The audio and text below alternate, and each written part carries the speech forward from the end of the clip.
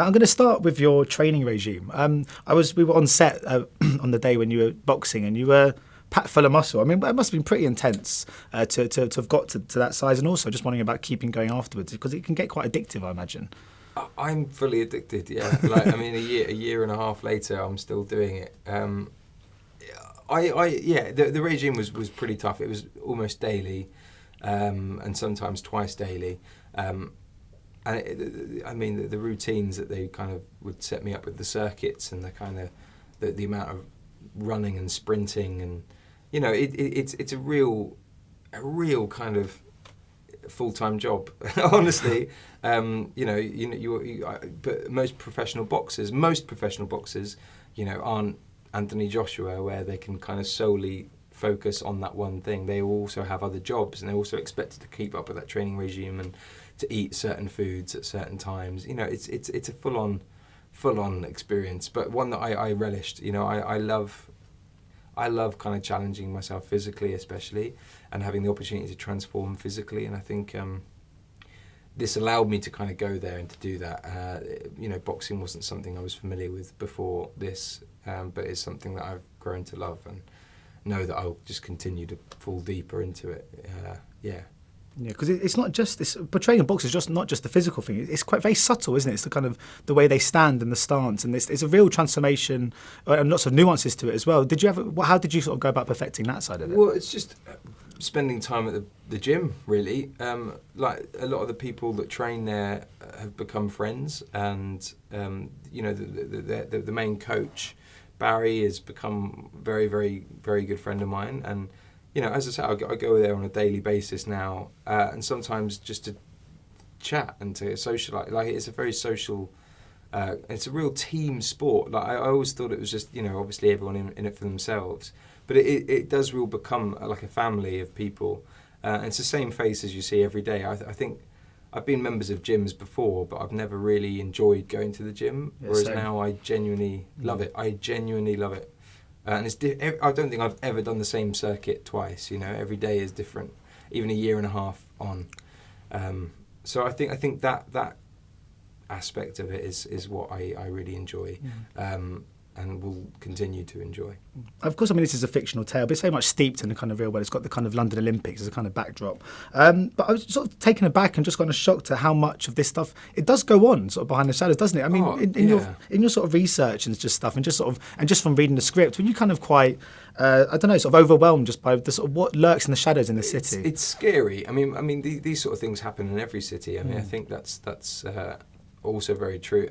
But corruption and murder, these are things that you know for a fact that there are more dead bodies that show up in the world than are reported. I think, but the police kind of keep it like on the quiet. They're, why do we need to tell people that this bad man is dead? I'm assuming. I don't know for a fact because we don't hear about it, but I definitely feel like there is a whole world that we're unfamiliar with, and there's a whole world bubbling away kind of underneath the surface. But I think that's terrifying, but also quite exciting, which is why I think we also, as a society, enjoy like watching these sorts of movies and watching this genre of film. Like we love a twist. We love a bent cop. Yeah. Because it's fascinating, isn't it, as well? I mean, to see London through your character's eyes, because he's obviously removed for a while in prison and sort of comes back, and in that period London has changed dramatically, particularly East London, with the kind of the buildings, the architecture and the gentrification. Just someone yourself who's been working and sort of living in London for a long time, how much have you seen it change over the sort of last decade? My knowledge of East London is only sort of since I moved here about 12 years ago. But even then, I've always been out west, so I haven't really seen that come into fruition, like become what it is.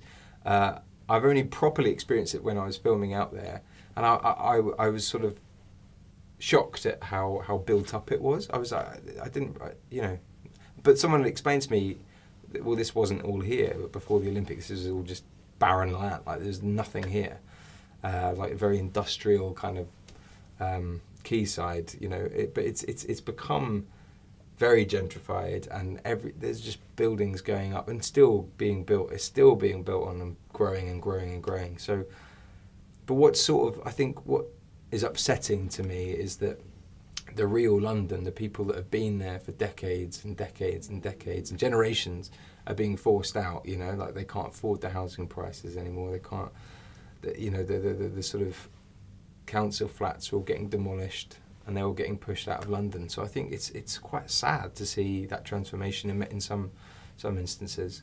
But of course, you know, seeing London and seeing any part of London being built up and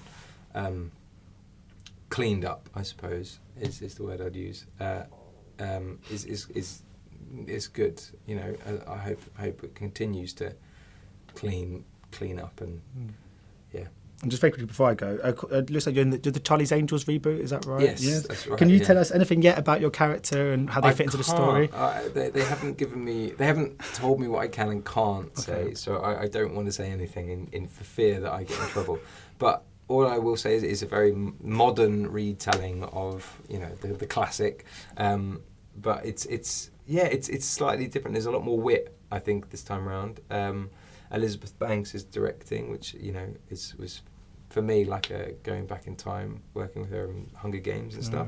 So that was fun. But yeah, it's something I'm looking forward to sharing. Ladies and gentlemen, you're watching Hey You Guys! Hey You Guys, huh? Hey, you guys. Is that from the Goonies? It is indeed, yeah. Nice. Hey,